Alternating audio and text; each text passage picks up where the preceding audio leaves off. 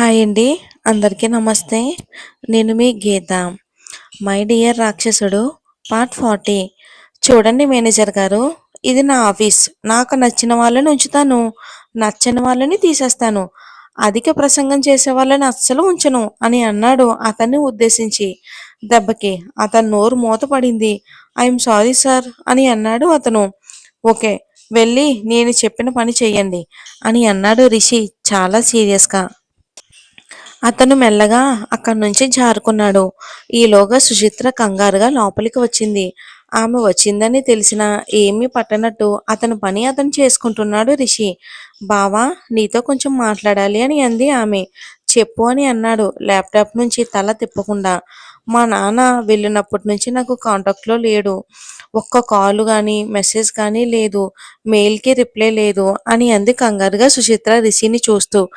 ఏమో, నాకేం తెలుస్తుంది చెప్పు, నీకే తెలియాలి అని అన్నాడు కూల్గా. నువ్వే చెప్పావుగా తాతయ్య చనిపోయినప్పుడు అర్జెంట్ పని ఉంది, మళ్ళీ యుఎస్ఏకి వెళ్ళాడు అని. అప్పటి నుంచి కాంటాక్ట్ కోసం ట్రై చేస్తూనే ఉన్నా బావా, కానీ దొరకడం లేదు. నాకు టెన్షన్గా ఉంది అని అంది ఆమె. అబ్బో, మీ బాబు కోసం అంతలా తపిస్తున్నావు? నిన్ను కన్న తల్లి కోసం ఒక్కసారి కూడా ఆలోచించలేదు. నీవి నీ బాబువే నా ప్రాణాలు అని అనుకున్నాడు మనసులో. ఏమీ మాట్లాడవేంటి బావా అని అంది ఆమె. మీ నాన్న ఎక్కడికి వెళ్తున్నాడో నాకు ప్రత్యేకంగా ఏమీ చెప్పలేదు. మా నాన్నకి చెప్తుంటే విన్నానంతే. అయినా ఎక్కడికి వెళ్ళాడో నీకు తెలియకుండా ఉంటుందా అని అన్నాడు రిషి తాపీగా. అదేంటి బాబా, నాకు టెన్షన్గా ఉంది. నాకు తెలియకుండా ఇన్ని రోజులు ఎక్కడున్నాడు అని. వచ్చేస్తానులే అని అన్నాడు అతను కూల్గా. సుచిత్ర కూడా అలా ఆలోచిస్తూ టెన్షన్గా ఉంది. ఆమె ఎలా టెన్షన్ పడుతుంటే రిషికి భలే సరదాగా అనిపించింది. మధు ఎలా ఉందో ఏంటో అనుకున్నాడు. మధుకి ఉదయం 10 అయిన తర్వాత మెలకు వచ్చింది. నెమ్మదిగా లేచి బయటికి వచ్చేసరికి చిన్ని వచ్చింది. ఆమె దగ్గరికి, అక్క లేచావా, ఎలా ఉంది నీకిప్పుడు అని అంది చిన్ని మధు చెయ్యి పట్టుకుని. బానే ఉందిరా, నువ్వు స్కూల్కి వెళ్ళలేదా అని అంది మధు టైం చూస్తూ. నీకు దెబ్బ తగిలింది కదా, నిన్ను చూసుకోవాలి కదా మరి అని అంది చిన్ని ఆరిందల. చిన్ని తల మీద చెయ్యి వేసి, పెద్దదానివైపోయావు అని అంది నవ్వుతూ. ఈలోగా వంటగదిలోంచి ఒక ఆవిడ బయటికి వచ్చింది, రిషి పంపిన ఆవిడ. ఆమె మధు దగ్గరకు వచ్చి పరిచయం చేసుకుంది. అమ్మా, నా పేరు లక్ష్మి. రిషి బాబు గారు ఒక 2 రోజులు తోడుగా ఉండమని నన్ను పంపించారు. రాత్రి మీరు వచ్చేసరికి నేను పడుకుని పోయాను. చిన్నిని స్కూల్కి వెళ్ళిపోమన్నానమ్మా. నువ్వు లేస్తేనే కానీ వెళ్ళను అని కూర్చుందని అంది. ఆమె మాటలు అస్సలు ఆగకుండా వస్తూనే ఉన్నాయి. ఓ అవునా అని అంది మధు చిన్నగా నవ్వుతూ. అమ్మా, మీకు కాఫీ తీసుకురమ్మంటారా, పాలు తీసుకురమ్మంటారా అని అంది ఆమె. కొంచెం కాఫీ ఇవ్వు, తలంతా దిమ్ముగా ఉంది అని అంది మధు. అలాగే, ఇప్పుడే తెస్తా అంటూ లోపలికి వెళ్ళింది ఆమె. చిన్ని కూడా ఆమె వెంటే వెళ్ళింది. మధు అది చూసి నవ్వుకుంది. పొద్దున లేచిన దగ్గర నుండి చాలా నీరసంగా ఉంది మధుకి. తల తిరుగుతున్నట్టుగా అనిపిస్తుంది. ఒక మంచి కాఫీ పడితేనే గాని సెట్ అయ్యేలా లేదు అనుకుంది. లక్ష్మి మంచు పొగలు కక్కుతున్న కాఫీ తెచ్చి ఇచ్చింది. వెనుక చిన్ని బిస్కెట్లు కూడా తెచ్చి ఆమెకి ఇచ్చారు. థ్యాంక్ యూ ఇద్దరికి అని తీసుకుని మాట్లాడుతూ నెమ్మదిగా కాఫీలో బిస్కెట్లు నంచుకుని తింది. మీరిద్దరూ టిఫిన్ చేశారా అని అడిగింది వాళ్ళని. ఎప్పుడో తినేసామక్క అని అంది చిన్ని. అలా కాఫీ తాగి పెట్టేసరికి ఆమెకి కడుపులో ఇంకా తిప్పినట్టుగా అనిపించింది. వెంటనే వాష్రూమ్కి వెళ్ళి వాంతు చేసేసుకుంది. తిన్న బిస్కెట్లు కాఫీతో పాటు అన్నీ వాంతు అయిపోయినాయి. లక్ష్మి కంగారుగా ఆమె దగ్గరకు వచ్చి, ఏమైందమ్మా అని అంది. ఏం లేదు లక్ష్మి, కొంచెం వికారంగా ఉంది. పొద్దుటి నుంచి టాబ్లెట్స్ వల్ల అనుకుంటా, అందుకే అంతా బయటికి వచ్చేసింది అని అంది మధు. టాబ్లెట్ వల్ల వికారం ఉంటుంది కానీ వాంతులు ఎందుకు అవుతాయి అని అనుకుంది మనసులో అనుమానంగా. మధుకి వాంతి అయ్యాక బాగా నీరసం వచ్చింది. వెళ్ళి అలా బెడ్ మీద పడుకుండిపోయింది. కాసేపటికి లక్ష్మి వచ్చి ఇడ్లీ పెట్టింది. అది కూడా కొంచెం తినేసి మళ్ళీ పడుకుంది. లక్ష్మి అనుకుంది, పాపం ఈ అమ్మాయికి బాగా నీరసంగా ఉంది అనుకుంటా అని. మళ్ళీ మధ్యాహ్నం లేచింది మధు. ఇప్పుడు కొంచెం ఒంట్లో బాగున్నట్టుగా ఉంది తనకి. ఇక లేచి వంటగదిలోకి వెళ్ళింది. లక్ష్మి పప్పు చేసి బంగాళదుంప చేసింది. వాటిని చూడగానే ఆమెకి బాగా ఆకలి వేసి ప్లేట్లో పెట్టుకుని తినేసింది. గబగబా మళ్ళీ టాబ్లెట్స్ వేసుకుంది. చిన్ని ఇంకా లక్ష్మి అప్పుడే బయట నుండి వస్తున్నారు. ఎక్కడికి వెళ్ళారు అని అంది వాళ్ళని చూసి. మీకోసం పళ్ళు తేవటానికి వెళ్ళానమ్మా, మీకోసం రిషి సార్ పంపించారు అని చెప్పింది. ఓ అని మీరు భోజనం చేశారా లక్ష్మి? నువ్వు ఇంకా చిన్ని తినేసేయండి అని అంది మధు. మీరు తిన్నారమ్మా అని అంది లక్ష్మి. నేను ఇప్పుడే తిన్నాను అని అంది మధు. అక్క నీకిప్పుడు బానే ఉందా? వికారంగా ఉంది అన్నావు పొద్దుట అని అంది చిన్ని. బానే ఉంది చిన్ని చూడు అని అంది మధు నవ్వుతూ. అలా ముగ్గురు ఆ రోజు సరదాగా మాట్లాడుకుంటూ గడిపేశారు. పొద్దున్న చిన్నిని బలవంతంగా స్కూల్కి పంపించేసింది లక్ష్మి తోడుగా ఉంది అని. మళ్ళీ యథావిధిగా మధుకి వాంతులయ్యాయి. టిఫిన్ తిన్నా కూడా టాబ్లెట్స్ కూడా వేసుకోలేదు. అయినా సరే ఏంటి అనుకుంది మధు. మళ్ళీ మధ్యాహ్నానికి బానే ఉంది. లక్ష్మి ఆమె దగ్గరకొచ్చి కూర్చుంది. అమ్మా నేను వచ్చి 2 రోజులయ్యింది. అక్కడ మా ఇంటాయన ఇబ్బంది పడతాడు.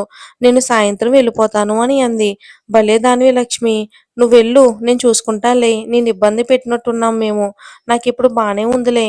అయినా రేపట్నుంచి ఆఫీస్ కూడా వెళ్తాను. నేను చూసుకుంటా కానీ ఇక వెళ్ళు అని అంది. కానీ నీ మేలు అసలు మర్చిపోలేను అని అంది మధు ఆమె చెయ్యి పట్టుకుని. లేదమ్మా నేను కూతురనే అనుకుంటున్నాను. దానికి మేలు వరకు ఎందుకు అని ఏదో చెప్పడానికి ఇబ్బంది పడుతుంది మధుతో లక్ష్మి. ఏమైంది లక్ష్మమ్మ? ఏమైనా చెప్పాలా అని అంది మధు. అది అది మీకు నెలసరొచ్చి ఎన్ని రోజులయ్యింది అని అంది లక్ష్మమ్మ. అదేంటి అలా అడుగుతున్నావు అని అంది మధు. వద్దు అంటే చెప్పొద్దులే అమ్మా. నేను ఎక్కువగా చనువు తీసుకుంటున్నానేమో అని అంది లక్ష్మమ్మ అక్కడి నుండి లేస్తూ. ఆమె చెయ్యి పట్టుకుని ఆపింది మధు. ఎందుకు అలా అడిగావు లక్ష్మమ్మ? చెప్పు అని అంది మధు భయంగా. చెప్పు ఎన్ని నెలలయ్యిందమ్మా అని అంది లక్ష్మమ్మ. ఆమె అప్పుడు ఆలోచిస్తుంది. ఈ గొలలో పడి మర్చిపోయింది. వాళ్ళు పాండిచ్చేరికి వెళ్ళకముందు అయ్యింది. మళ్ళీ ఈలోపు తనకి నెల రాలేదు. ఆమె ఒక్కసారిగా లక్ష్మమ్మ వైపు చూసింది మధు. నేను 3 పిల్లల తల్లినమ్మా. పురుళ్ళు కూడా పోశాను. ఇంకా నా వాళ్ళకి, బయట వాళ్ళకి కూడా అనుభవంతో చెప్తున్నాను. ఒకసారి డాక్టర్ దగ్గరికి వెళ్ళు తల్లి అని ఆమె వస్తువులు తీసుకుని వెళ్ళిపోయింది లక్ష్మమ్మ. ఆమె వెళ్తున్నా కూడా మధు అలా సైలెంట్‌గా ఉండిపోయింది. నిజంగానే ఆమె చెప్పింది నిజమా? ఆమెకు ఎలా రియాక్ట్ అవ్వాలో కూడా అర్థం కాలేదు. సంతోషపడాలా? లేదా ఇప్పుడు అందరికీ ఏమని చెప్తుంది? ఇదంతా కాదు. ముందు ఆలోచనలన్నీ పక్కన పెట్టేసి డాక్టర్‌కి చూపించుకోవాలి అని అనుకుంది మధు. ఇక రిషి ఆ సాయంత్రం ఫామ్ హౌస్‌కి వెళ్ళాడు. అక్కడ ఒక గదిలోకి వెళ్ళి డోర్ ఓపెన్ చేసి లోపలికి వెళ్ళాడు. అక్కడే సుచిత్ర తండ్రిని కట్టేసి ఉంచాడు. అతని ఒంటి నిండా దెబ్బలు ఉన్నా వాటిని కట్టుకట్టి ఉన్నాయి. అతనికి కాపలాగా 2 బాడీగార్డ్స్‌ని పెట్టాడు రిషి. ఇతను రాగానే వాళ్ళు బయటికి వెళ్లారు. చైర్లో నీరసంగా పడి ఉన్నాడు అతను. అతను రిషిని చూసి నన్ను వదిలేయ్ అని అన్నాడు నెమ్మదిగా. నిన్ను వదలను. నీ దగ్గర నుంచి నిజం రాబట్టే వరకు నిన్ను వదిలే ప్రసక్తే లేదు. నువ్వు నువ్వు నా చేతిలో చచ్చావురా ఛీ అని అన్నాడు వ్యంగ్యంగా. వదిలేస్తాలే చెప్పు మరి డ్రైవర్ రాజన్న ఎక్కడున్నాడు అని అడిగాడు రిషి మళ్ళీ. నాకు తెలీదు అని అన్నాడు అతను ఆయాసపడుతూ. నువ్వెలా చెప్పవురా? నిన్ను అని అతను ముక్కు మీద ముఖం మీద కొడుతూనే ఉన్నాడు. కాసేపు ఆపి నీకు రేపట్లోగా మాత్రమే టైం ఇస్తున్నా. ఈలోగా చెప్పకపోతే నీ పక్కన నీ పొజిషన్లో నీ కూతురు ఉంటుంది అని చెప్పి అక్కడి నుంచి వెళ్తూ బయట గార్డెన్లోకి వెళ్ళి ఫస్ట్ ఎయిడ్ చేయండి అని చెప్పి వెళ్ళిపోయాడు. కారులో వెళ్తూ కోపంగా స్టీరింగ్ మీద కొట్టాడు. ఎంత కొట్టినా చెప్పడం లేదు వేస్ట్ ఫెలో అని అనుకున్నాడు. ఈలోగా అజయ్ దగ్గర నుండి కాల్ వచ్చింది. కొంచెం ప్రశాంతంగా మారి కాల్ లిఫ్ట్ చేశాడు. చెప్పరా అని అన్నాడు రిషి. రిషి ఆ డ్రైవర్ గురించి తెలిసిందిరా అని అన్నాడు అజయ్. వాట్ నిజమా? ఎక్కడున్నాడు అని కారు ఆపేశాడు రిషి సడన్ గా. వాడు వెస్ట్ బెంగాల్ బార్డర్లో ఉన్న ఒక ఊరిలో ఉన్నాడంట్రా అని అన్నాడు. మన వాళ్ళని ఎంక్వైరీ చేపిస్తే తెలిసింది అని అన్నాడు అజయ్. చాలా థ్యాంక్స్ రా. బిజీగా ఉన్నా కానీ నా కోసం హెల్ప్ చేసావు అని అన్నాడు రిషి. మనలో మనకి హెల్ప్ ఏంట్రా? నేను ఈ పొజిషన్లో ఉన్నాను అంటే దానికి కారణం నువ్వు. ఇది కూడా ఒక హెల్పేనా? ముందు అతన్ని ఇక్కడికి తీసుకొచ్చి కోర్టులో ప్రొడ్యూస్ చేయని అన్నాడు అజయ్. ఓకేరా లత ఎలా ఉంది అని అన్నాడు రిషి. తను బానే ఉందిరా. మధు నువ్వు మళ్ళీ ప్యాచప్ అయ్యారంటగా. ఇక్కడ అది చాలా హ్యాపీగా ఉంది. మేము వచ్చేలోపు మీరిద్దరూ కలిసి మాకు వెల్కమ్ చెప్పాలి. సరేనా అన్నాడు అజయ్. డన్ రా అని అన్నాడు రిషి సంతోషంగా. ఇక వెతకపోయిన తీగ కాలికి తగిలినట్టు బానే దొరికాడు. అక్కడ డ్రైవర్ దొరకగానే ఇక్కడ వీళ్ళకి చర్మగీతం పాడేయాలి అనుకుని ఇంటికి దారి తీశాడు. వెళ్ళగానే బట్టలు సర్దుకున్నాడు. 2 రోజులకు దూరం కాబట్టి, ఇక స్టేట్ బోర్డర్ కాబట్టి కారులోనే వెళ్ళాలని డిసైడ్ అయ్యాడు. ఇంట్లో ఆఫీస్ పని మీద ఢిల్లీ వెళ్తున్నట్టు చెప్పాడు. ఈసారి సుచిత్ర కూడా ఎందుకు, ఏంటి అని అడగలేదు. అతను రూమ్‌లోకి వెళ్లి మధుకి కాల్ చేశాడు. రింగ్ అయిన వెంటనే ఫోన్ లిఫ్ట్ చేసింది మధు. మధు, తల దెబ్బ తగ్గిందా అని అన్నాడు రిషి. తగ్గింది కన్నా, ఈ టైంలో చేశావేంటి అని అంది మధు. నీకో గుడ్ న్యూస్ అని అన్నాడు రిషి. మధు షాక్ అయ్యింది. ఆ గుడ్ న్యూస్ నేనే చెప్తానేమో అనుకున్నా అని మనసులో అనుకుంది. లక్ష్మి చెప్పింది అతనికి చెప్పాలి అని అనుకుని. ఏంటి కన్నా చెప్పు అని అంది మధు. ఆ డ్రైవర్ ఎక్కడున్నాడో తెలిసింది. ఇంక మనకన్నీ మంచి రోజులే. మనం కలిసే రోజులు తొందరలోనే వస్తాయి చూడు అని అన్నాడు రిషి. అవునా, ఇది నిజంగా మంచి విషయమే. అతనెక్కడున్నాడు? ఎప్పుడొస్తున్నాడు? అని అడిగింది.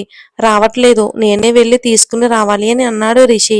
ఎవరినైనా పంపొచ్చు కదా, నువ్వెళ్ళటం ఎందుకు అని అంది ఆమె. లేదు మధు, నేను ఈ విషయంలో ఎవరిని నమ్మాలి అనుకోవటం లేదు. అందుకే నేనే వెళ్తున్నాను అని అన్నాడు రిషి. ఈ టైంలో ఆ విషయం చెప్పడం ఎందుకులే, మళ్ళీ 2 రోజుల్లో వస్తాడు కదా, ముందు డాక్టర్ దగ్గర చూపించుకుని అప్పుడు చెప్పొచ్చు అనుకుంది మధు. ఏంటి ఏమీ మాట్లాడడం లేదు అని అన్నాడు రిషి. ఏమీ లేదు. నువ్వు తొందరగా వచ్చేసేయ్ అని అంది మధు. వచ్చేస్తాను, రాకుండా అక్కడే ఉండిపోతానా ఏంటి అని అన్నాడు రిషి. అలాని కాదు, నువ్వు వచ్చేస్తే నాకు కొంచెం ధైర్యంగా ఉంటుంది అని అంది మధు. నువ్వెప్పుడు అధైర్యపడకు, నేనున్నా లేకున్నా అని అన్నాడు రిషి. ఉమ్మని ఫోన్ పెట్టేసింది మధు. ఈ టైంలో రిషి ఊరు వెళ్ళటం ఎందుకో మధు మనసులో లేదు. మనసంతా ఏదో కీడనిపిస్తుంది. మళ్ళీ విధి వీళ్ళిద్దరినీ వేరు చేయబోతుందా? మళ్ళీ రిషి వెనక్కి వస్తాడా? అసలు ఏం జరుగుతుంది అనేది వచ్చే భాగాల్లో చూద్దాం. కానీ ఇద్దరు క్లైమాక్స్‌లో ఎప్పటికైనా కలిసే ఉండాలి కదా! అది స్టోరీ అయినా, మూవీ అయినా. మళ్ళీ నన్ను తిట్టుకోవద్దు.